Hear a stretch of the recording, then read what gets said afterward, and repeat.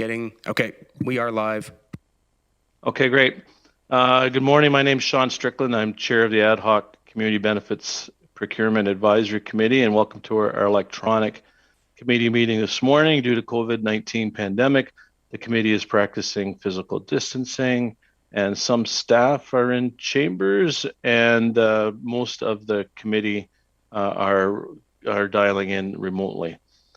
Thanks for joining us, everyone who's on the call, and from the committee members and staff. So I'd like to ask the clerk to make the roll call now, please.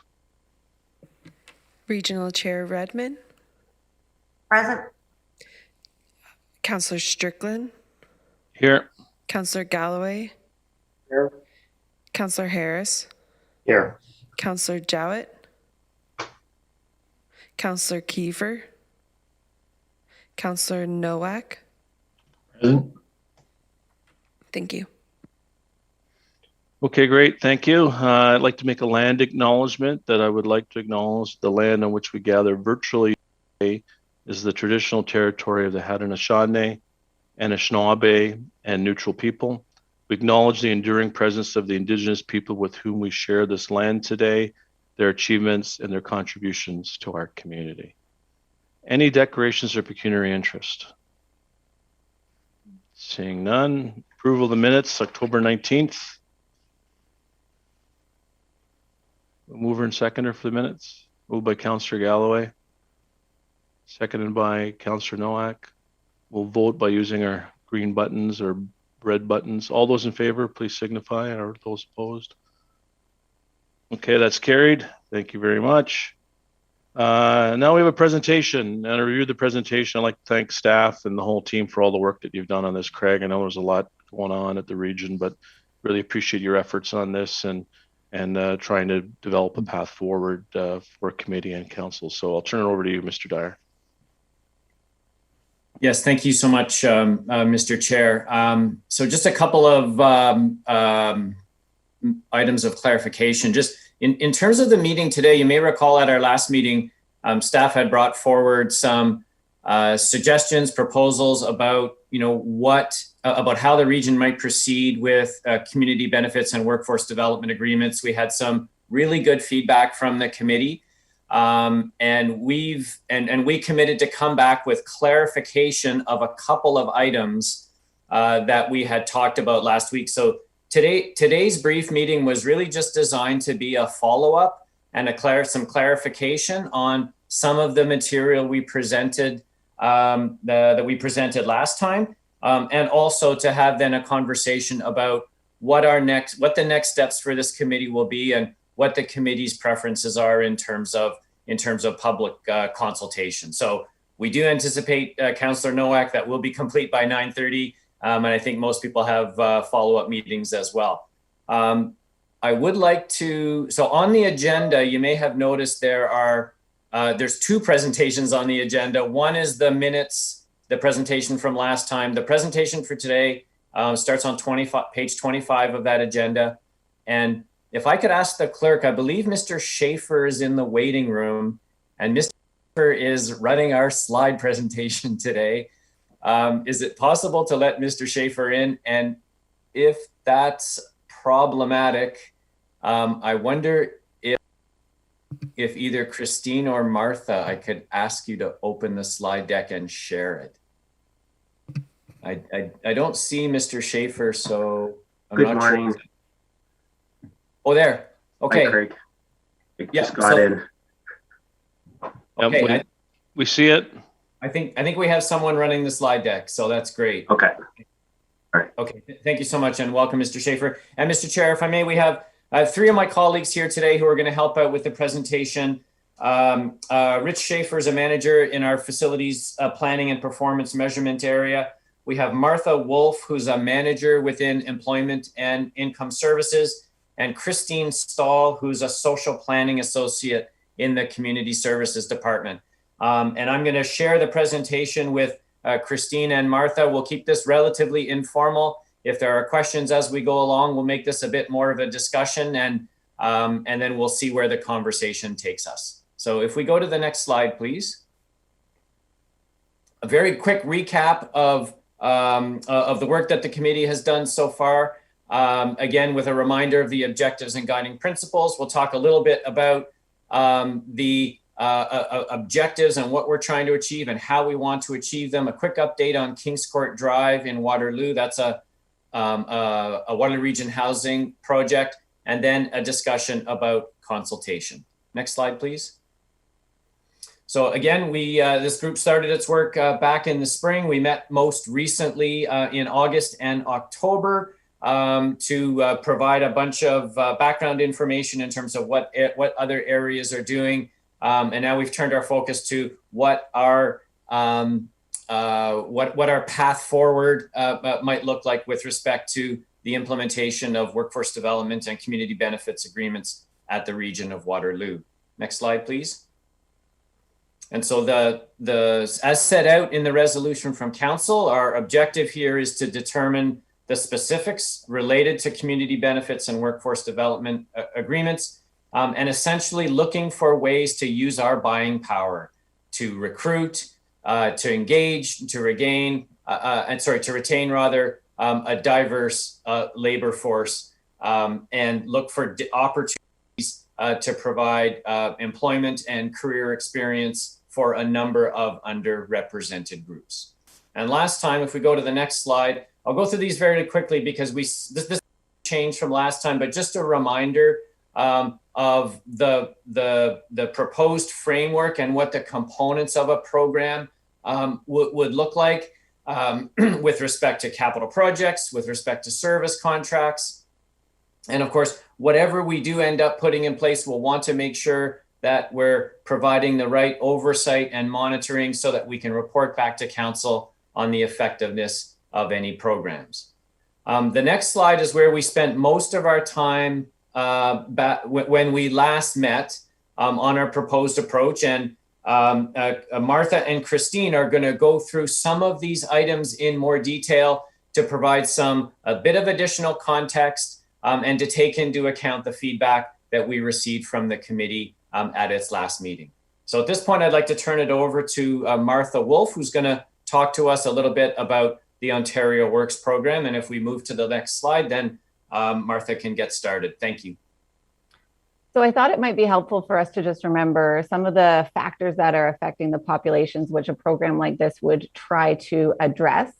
So what we'll go through in the next few slides is a greater description of the variety of workforce development activities. And this slide is to sort of frame, again, why that might be necessary.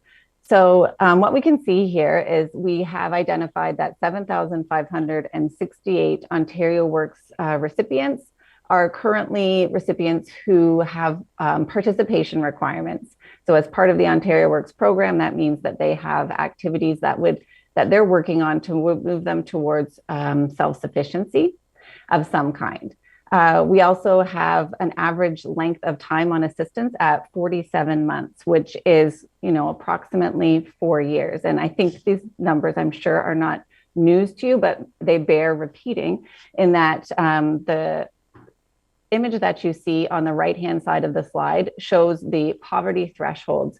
So for someone to receive assistance for 4 years, if you look at the red column, there is a dark black line at the top. That is the poverty line. The thinner gray line at the more midpoint, that is deep poverty. And then Ontario Works rates are the red bar below that.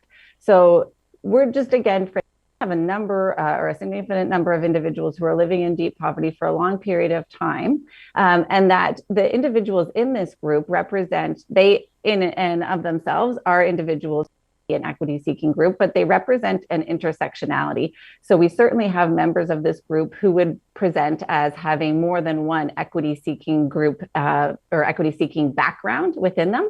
And they also present a diverse level of experience and needs. We do know that from our own tracking, we have a system that looks at what the individuals who are receiving Ontario Works have experience and interest in, and it seeks to match them to existing jobs and training. And so from that data, we can see that 553 people have identified that they are interested in working in construction trades. So if you're wondering again, why we are looking at all of this, why it is so essential and important. This slide, I hope, helps remind you of some of the context that we're facing, and I'm sure it is well understood. But what we'd like to do in the next slide is then again frame beyond the Ontario Works population, the populations that we are seeking to, some of the equity seeking groups include Indigenous and visible minority.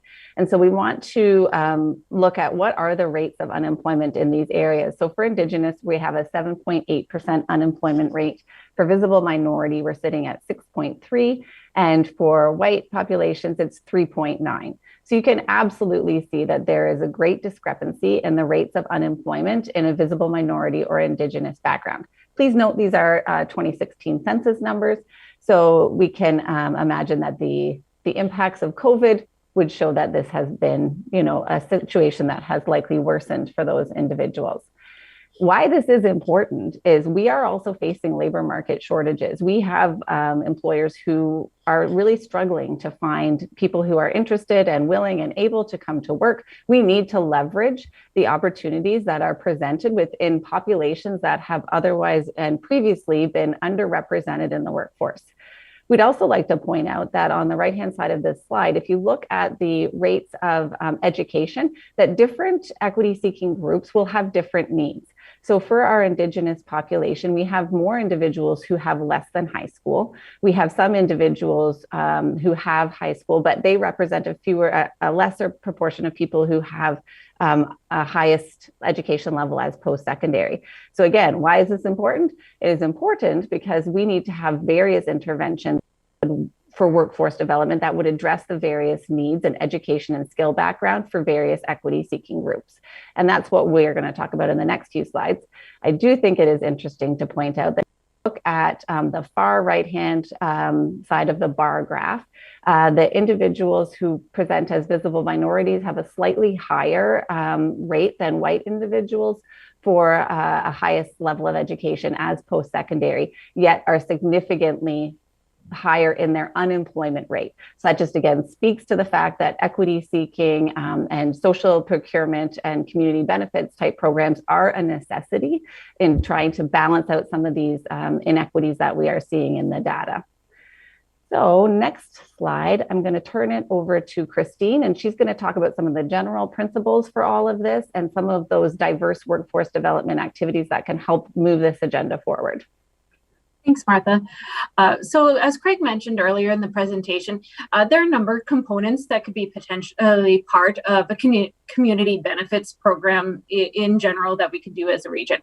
However, our focus right now is leveraging the procurement in capital projects. And so for this, we're proposing that workforce development provisions apply to call documents with an anticipated value of over $5 million and using the following considerations to determine if the project is viable for workforce development opportunities. So the first of these would be suitability, so the degree to which possible employment-related opportunities can provide candidates with meaningful experience, learning, and skills development. Then there'd be reach, so the degree to which candidates can meet the minimum qualifications needed to access those possible employment opportunities.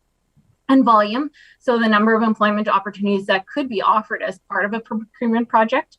And finally, feasibility, so the likelihood that the workforce development outputs could be achieved within the proposed timeframe of the contract. So we do have 2 appropriate builds for the pilot, but going forward, we'll develop procedures to prioritize and select the most appropriate procurement projects for inclusion of workforce development requirements based on those aforementioned criteria.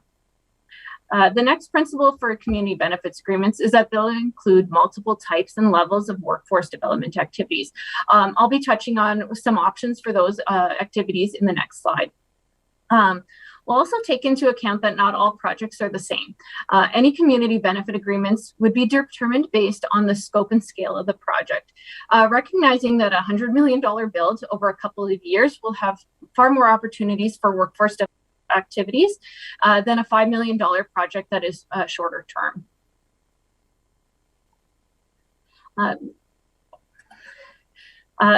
So these community benefit agreements would include multiple types and levels of workforce development activities that address the wide range of skills levels, as well as the needs and capacities of both the contractors and the people from the equity seeking groups that we're trying to get into the workforce.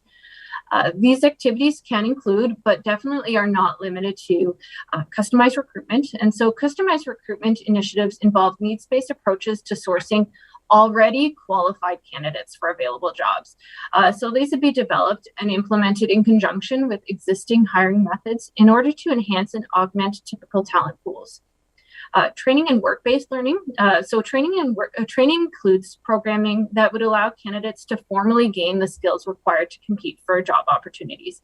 So activities can include supporting the development and delivery of industry-recognized training components and supporting the attainment and professional certification or licensing of specific candidate groups. Work-based learning involves a continuum of activities with an emphasis on learning in the real work environment and through practice on the job. So activities range from shorter and less formal exposure, such as workplace tours and job shadowing, to longer term and more intensive. So things like paid internship with specific skill development objectives. So in addition to customized recruitment and training and work-based learning, workforce development activities could include opportunities for registered apprenticeships during construction. And so that would be when they would hire directly or through subcontractors, registered apprentices through apprenticeship training programs. Another would be the use of social enterprise in the supply chain. And so contractors could identify opportunities to subcontract components of work or services to social enterprises that create employment or training opportunities for people from those underrepresented groups. So currently, that's not necessarily an option in the local construction industry at the moment. But it could be a possibility in the future as social enterprises that already exist expand across Southern Ontario. Finally, any other appropriate activities that provide employment-related opportunities to candidates could also be considered. So those could include things like participating in industry career information sharing, learning, and networking events, providing mentoring opportunities through mentorship programs, and supporting pre-employment workshops, resume, and interview skills development. So back to Martha, sorry. That's okay. Thank you, Christine. And for taking us through that, what we're looking at now is what we would consider to be kind of a workforce development ladder. So when we talked about the different interventions that would address the needs of the various groups that we are seeking, but would also address the sort of areas of work that a contractor might be looking to fill, we'd like to keep it as broad as possible to say that there are multiple ways in order to benefit. So for example, at the first lowest level, we are looking at workforce or workplace exposure. So the goal for this would be orientation to the construction work and trades. This would give people exposure, understanding, and the target group for this would be people who were further away from the labor market with more limited work experience.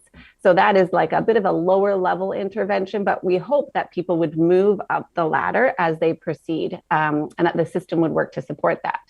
So the second rung of the ladder would be more of a general labor type work. This would be skill development and employment experience.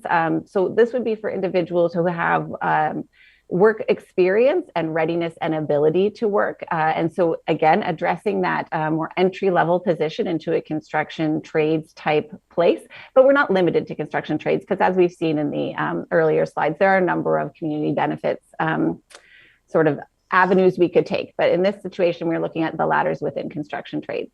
The third sort of rung of the ladder would be a career building and skill development opportunity addressing the labor market needs by supporting the hiring and recruitment of apprenticeships from equity seeking groups. So this would be opportunities for underrepresented groups, but who are at the level of an apprenticeship. So we understand that that's not everybody, and that some of the individuals who maybe end up on that third rung have to start on the first or second rung in order to get there.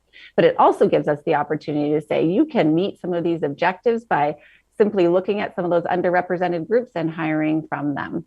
And then the final rung of the ladder in this case would be the goal of having a diverse workforce. So just paying attention to keeping in mind that your recruitment practices might not be targeted at some of the underrepresented groups, but that there are people who have the skills and training and are ready to do that.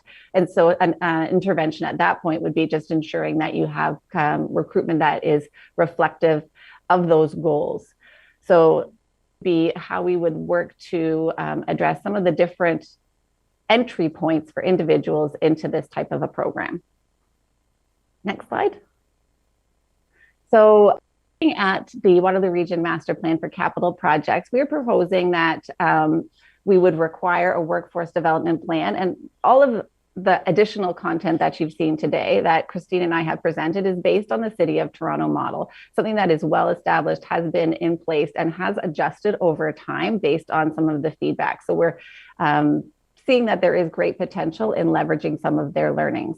So contractors will participate in workforce development activities appropriate to the scope, scale, and feasibility of their project that support labor market participation in underrepresented groups using any of those avenues that we have talked about above. The plan will include components such as recruitment strategies, training and mentoring, administration of the plan, and reporting requirements.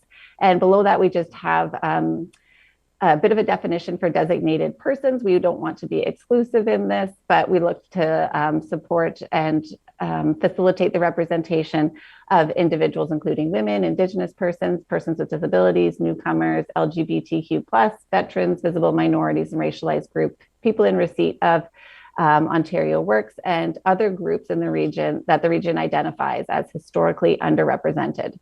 Ideally, a pilot would be run in conjunction with stakeholder consultation, and we would have learnings coming from both places, but that will be for this group to inform a little bit about what their vision for the direction of this could be. But in the end, the result would be a formal policy and a future community benefits requirements. And that's that slide. So thank you so much to both Martha and Christine for that, and to the committee. We trust that that was helpful information. At this point, Mr. Chair, we're in your hands. We can do the last couple of slides and then turn it over back to you, or if you prefer to have conversation at this point amongst committee members, that's entirely your call. Thank you very much, Craig, and thanks to Martha and Julie for that very good presentation. And I apologize, my internet just completely went on the fritz, and I'm on my phone, and I don't have the camera on just to make sure I have enough bandwidth. So, and I am in Waterloo, so it's not like I'm in remote location or someplace. It's in Waterloo. So it's, I think there's a lot of information there.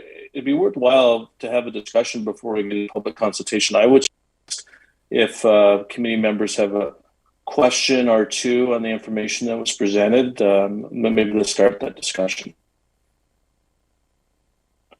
So trying to see on my screen here, do we have any questions from committee members? I don't see anything coming up just yet. Well, I'll ask. Okay, go ahead, Carl. I'll let the chair, I'll get the hand up. Don, is it easier if somebody else fields the discussion piece of this for you? Can you see the hands? I can't see the hands because I'm on my phone. So if you want to facilitate that, Karen, that'd be great. And I'm trying to reboot my laptop here. Okay, Councillor Kiefer. Yeah, good morning, and I apologize. I was late getting on the call, and I've got some issues here at the house with my furnace, and so I have the furnace repair guy here. But anyways, it was interesting. Thanks for the information, Martha and Christine. The one thing that I wanted to ask is in terms of the sorry. The one thing I wanted to ask is the information, the data that you collected. You said it was 2016. The Indigenous folks, was that information collected both on, let's say, a reserve and off the reserve, or just off the reserve? Like, I was wondering, where that information came from. I can take that. That's StatsCan data, and it was taken for our Kitchener-Cambridge Waterloo CMA. So it doesn't include the entire region. There's a little section of the region that is cut out of that, but it gives you a very good picture of the representation within our general catchment area. Okay, but just to be clear, was there a reserve taken into consideration or no? Do we have a reserve in Cambridge, Kitchener? I didn't think so. It's down by Brantford, Six Nations. Yeah, so it would just be people in our in the Cambridge, Kitchener, Waterloo CMA. Okay. You would probably see similar results across Ontario, but I wanted to make sure that that data was specifically from our area. Okay, thank you for that information. And if my picture goes off, it means I'm with the furnace repair guy. You're having like a morning, boy. Sorry, Carl. Councillor Nowak. Yes, this would be a question, I believe, for Martha. Martha, you, I think on the slide, page 31, you mentioned that there's 553 participants who are on Ontario Works who would be interested in working on construction sites, which is, I think, is pretty significant. Why are they not working today?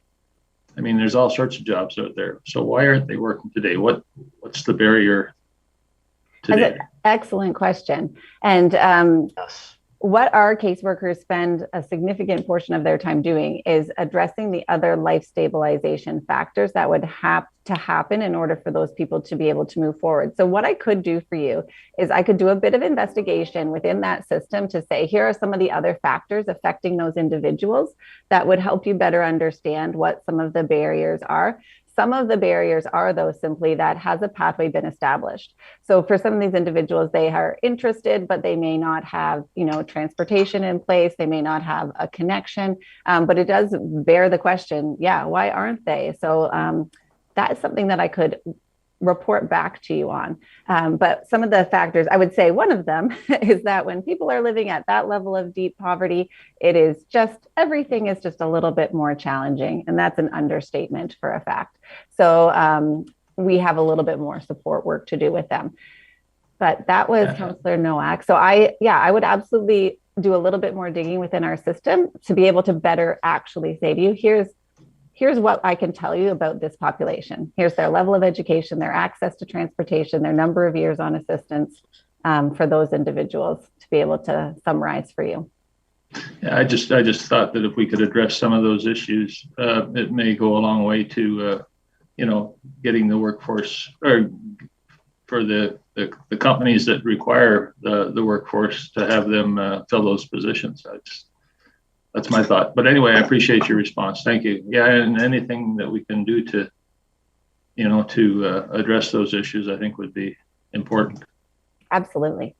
I'm just going to take the privilege of pinch hitting for the chair and just say, Martha, can you disaggregate that data and analyze it to that degree? We actually can now, due to the new Rowan system that we have in place. We can cross-reference it. It takes a bit of legwork, but some of it's available almost at our. So that's a newer program that we have established. So there are a number of factors we could identify. And within that system, we have the ability to determine an individual's quality of life as well as their for employment. So it would be very interesting for us to look at those two factors to say, what are some of the indicators in their quality of life that are representing as barriers to their ability to move forward with employment? I can tell you what my guts would tell you, but I'd actually rather rely on the data and to be able to present that for you. Well, thank you. That's wonderful. Great question, Councillor Nowak. Councillor Harris. Thanks, Councillor Nowak. That's the million-dollar question. If we could, I was hoping that Ms. Wolf would have the answer to solve that massive problem we have on our hands. But I know we're going to continue to strive to get those numbers down and get folks who are very ably-bodied to work. That's the goal here. I'm just wondering if staff has had a chance to review the London. I know I've looked into London, the City of London's social benefit. They've done some pretty good work on social benefit agreements and so forth. Have staff looked into it or been apprised of what London's doing? No? I haven't taken a look at London. We have focused at our area, of course, on Vancouver, City of Toronto, City of Hamilton. What I have noticed across a lot of the information we have found is that the undertaking is significant and that the work is a real collaboration amongst a number of different parties. And I see this as the early days for that here with us, but that it seems to be a collaborative amongst a community. So I'd be very interested to look at City of London to see how they've launched it. I would highly encourage ahead of our next steps and, as we move forward to reach out to London. Since Toronto is very different than KW and BC even further more removed, so definitely want to encourage you to do that. I'm just wondering, obviously our original motion was talking about underrepresented groups, and that's the focus really of where we want to tackle to help, those individuals from those communities gain gainful employment. I'm just wondering, I'm if you can speak to, the fact that now we're somewhat focusing on, in favor of registered apprentices versus targeting those underrepresented groups. And I think, again, I draw your attention back to London. And I think that they're doing really great work with their local social planning organizations to really hone in and ensuring that those individuals are those that we are attacking. So I don't know if you can just kind of speak to, that, if you don't mind. Me specifically? Somebody, I guess, Sure. Just the focus off to the more in favor of registered apprenticeships, which of course is a great thing. But I mean, the goal here of our committee, I think, was to address, those underrepresented groups. Yeah, I think that we also recognize that Christine, Craig, and Richard and I have spent some time talking about apprentices as being one of the places, but understanding that within that group of 553 individuals, we may not have people who are at an apprenticeship level, but who have the potential to have an apprenticeship in their future. And that we would hope that any of our community benefits, social procurement, would support the avenues for individuals to build that career ladder. And not simply start at the apprenticeship, because if we think about equity-seeking groups, they likely have been barriered from a much earlier point, in which case they have lack of accessibility to formalized education or lack of success within a traditional education system. So they are not as likely to be ready necessarily or prepared. If you're already fall into an apprenticeship, you're already at an advantage. So we'd like to say if there's equity-seeking groups within that, then yes, those would be people we would like to see having secured positions within those fields. And if there's people below who haven't had that opportunity yet, what are the ways that we are building it so that they can find their way to that apprenticeship, which will again meet those labor market needs and the economic demands of our region in the future. So it's really a development. Yeah. No, that's great. I know that we added veterans to our motion, which I think was great. And I know I've spent some significant time down at the Cambridge Armory, the reserves, and I'm just wondering if we can add those. I know you've got a list of folks to consult with, and I think that, forgive me, what our reservists are called down in Cambridge. Tom, help me out here. You'd know. I mean, the Royal Highland Fusiliers. Royal Highland Fusiliers. I mean, just a great group of guys down there, so. We'd make sure we add them to our list of people. Led by a woman. Pardon me? Yeah. John's Headed by a woman. The commander or whatever the rank is what's that gal's name again? Jane Yeah. Goodman. Yeah, exactly. So, I mean, that group of people would be excellent, to tap into as well. Sounds good. All right. Thanks, Michael. Thanks, Karen, for pitching in there. I've successfully rebooted the Wi-Fi here. Hopefully it stays on for a while longer. Really good discussion. Really appreciate that. I think the next person with a question is Councillor Galloway. Yeah, thanks, Sean. Great report, and thanks for the work and the information. I'm not sure that my question is directed at Martha or Christine, but and maybe I missed this somewhere along the line. Are we engaging our anti-racism working group on this issue at all, in terms of at least passing it through them or getting their comments on it, or in some way link? Is there a strategy to link this work to their work in some regard? I don't know if Bruce can. Yeah, so our internal group has been working on this. We can follow up directly to see what the engagement, if any. The Anti-Racism Working Advisory Group's advisory to council, so they could provide advice on this. And I know several meetings ago, Sophia came and there was involvement at that point. I don't know if Martha knows anymore. We do have, standing representation on this group from Sophia, which is cross-representation between the two groups. So that would be, I would imagine, essential moving forward, that we maintain and strengthen that partnership. Yeah, I guess I just think that there's an opportunity here, as well as, you know, all the others that we're working on to advance that that part of our overall agenda. I think that's an excellent point. Yeah. Thanks, Tom. Karen?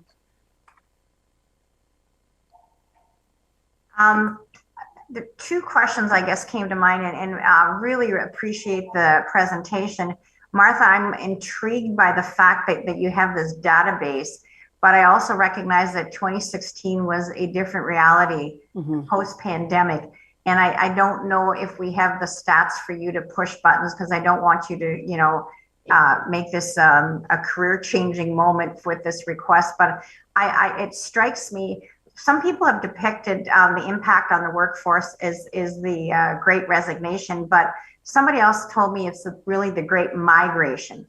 And I'm wondering what opportunity exists there for some of these targeted groups that we've referenced, and maybe they had a job, they were employed, and there may be opportunities where they could, you know, when you talked about the contributing factors for those levels of poverty and deep poverty and the people falling that far below, is a really stunning illustration of the desperation some people live because they're deprived of economic stability. So I'm just wondering, are those stats rolling? Are they updated? Do they do them every year, or is it every 5 years? Would we be able to get an updated profile? Yeah, this is for that database. It's real time, but I think we also have the historical. Now, we launched that system right at the beginning of the pandemic. So it's a brand new system so we have some historical data that we could compare. But you're hitting on something that I have been thinking about as well, as this has been an opportunity. We saw it within employment services that some individuals who were further from the labor market took advantage of this Great Resignation of individuals to find and secure employment. And from all of my understanding working with employers right now is there is desperation out there for a workforce.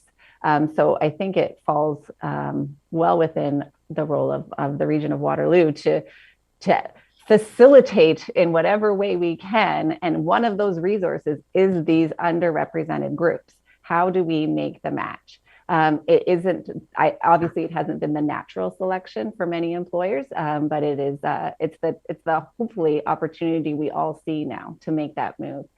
So Chair Redmond, if you would ever like me to dig in that data for you, you can send me specific questions. I'll tell you the length of time invested in finding that information out for you, and we can decide sort of what you would like to know. But I would be so happy to share it with you. Sorry, Karen, I think Christine wants to. I don't know if she's going like, oh my goodness, or she's offering. I just wanted to add to that because some of that information was sourced from different sources, and so the 2016 was from the most recent census, like it was from the census data, because that's something that we were able to access. So certain stats we wouldn't be able to get in real time. It depends on what's available to us from StatsCan. Anything from Rowan we would be able to get immediately.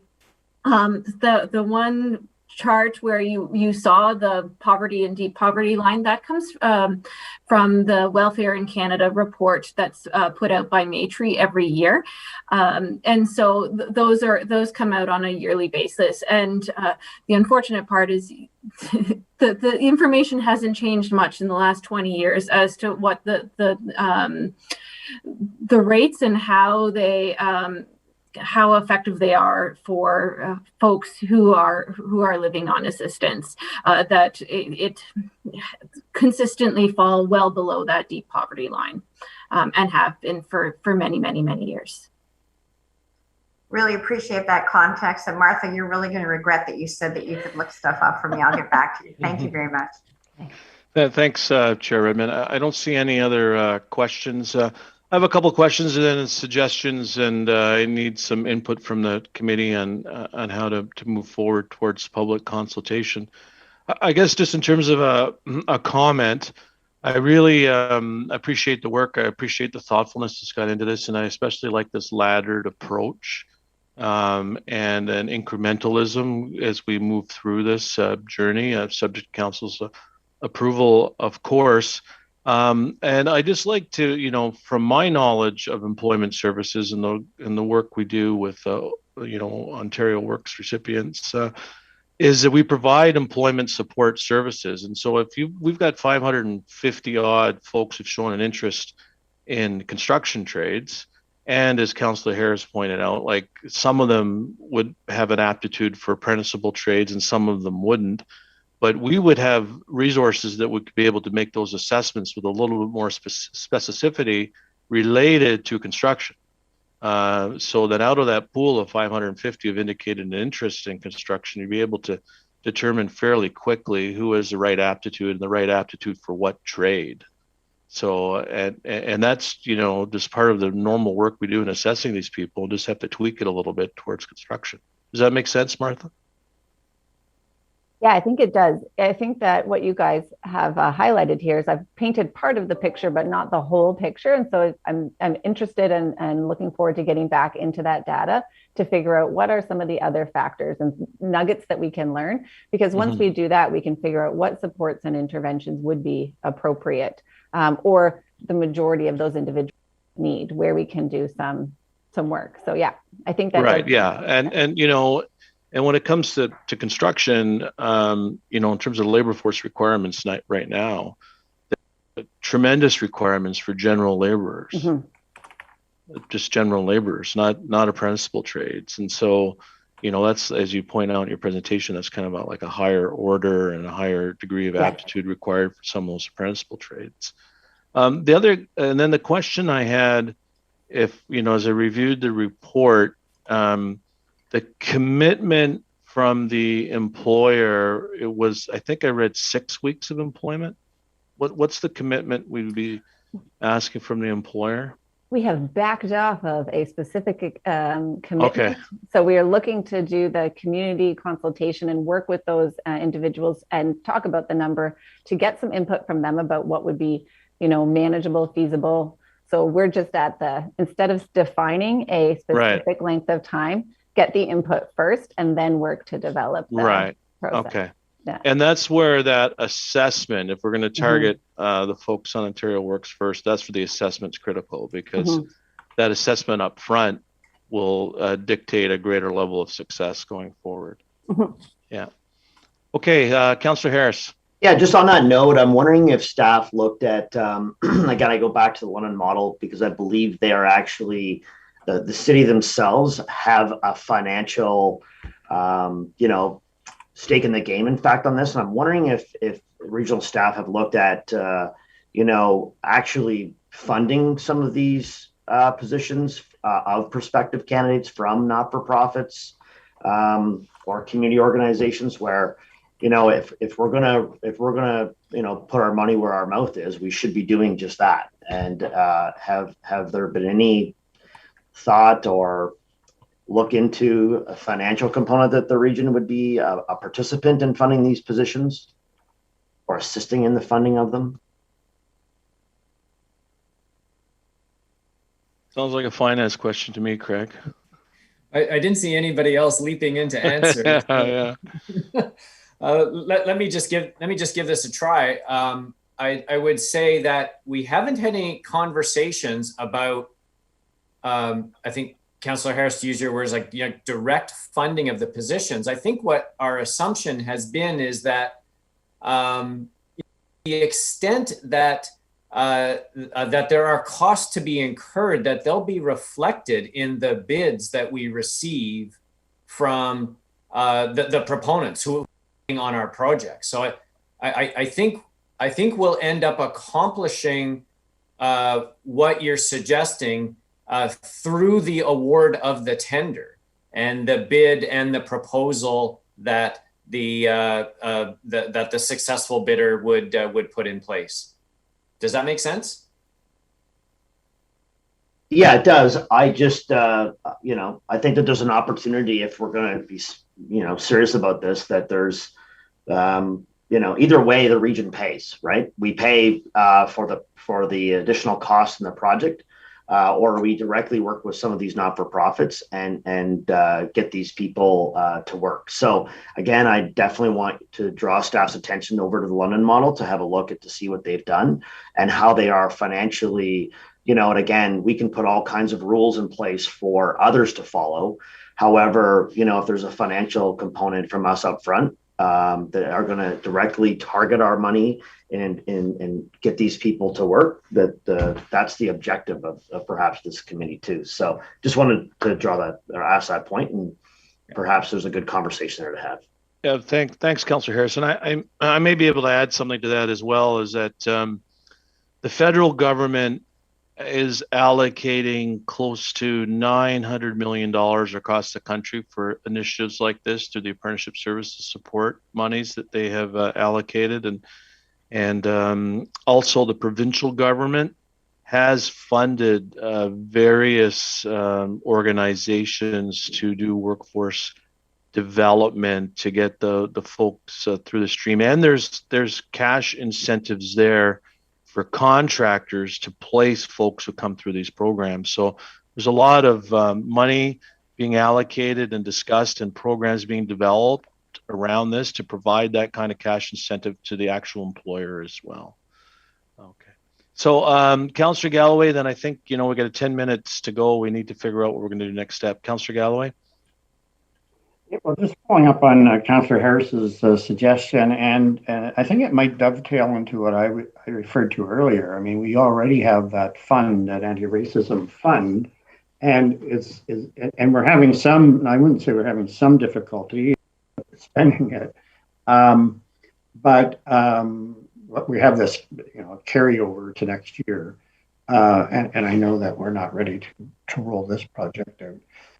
But is that a possible source of funding for what Councillor Harris is suggesting? And then again, as I was saying earlier, then that becomes another one of a long series of initiatives that. I think it's a great idea through diversity and inclusion, because we've allocated 10 million and plus the 1.9. Right. Yeah. Chair Redmond.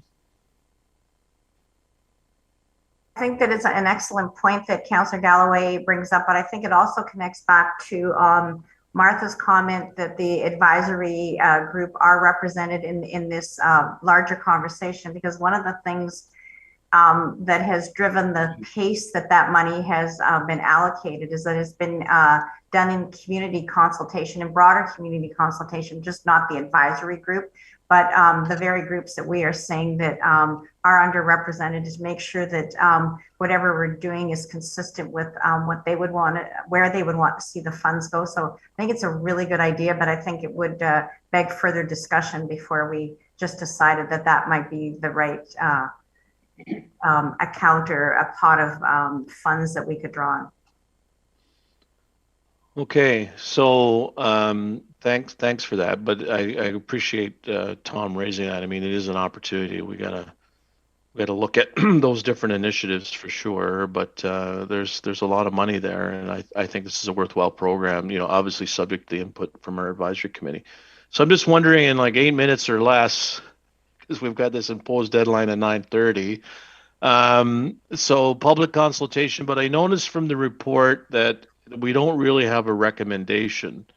And so, you know, staff are indicating that, you know, there's a couple of housing projects that we may want to use as pilot projects to roll this initiative out, and then, you know, learn from that and then move it forward kind of like on an evolutionary process, if I understand it correctly. So are we prepared to make a recommendation attached to that report to bring it to a public meeting that you know, essentially we support this direction in principle, and we roll it out with a pilot project as indicated in the report, bring that to the public and have the public meeting?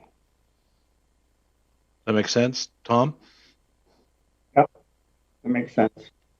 Okay. Can we get further stakeholder feedback on this before we go to a pilot to make sure that the criteria in the pilot is reflective of the stakeholder feedback, aside from just our little group here? Well, the way I read the report is that before we determine all of the different terms and conditions that would be attached to said pilot, it would be subject to stakeholder involvement. correct? Yeah.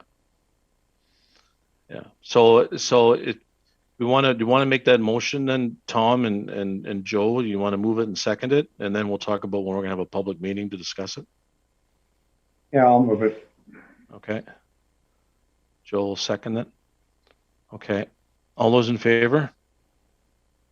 I guess we need to vote formally. All those in favor signify.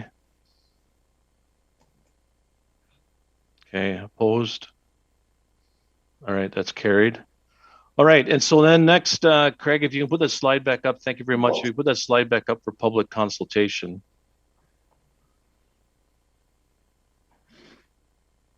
So we're already a few months late, but it's, this has been good work.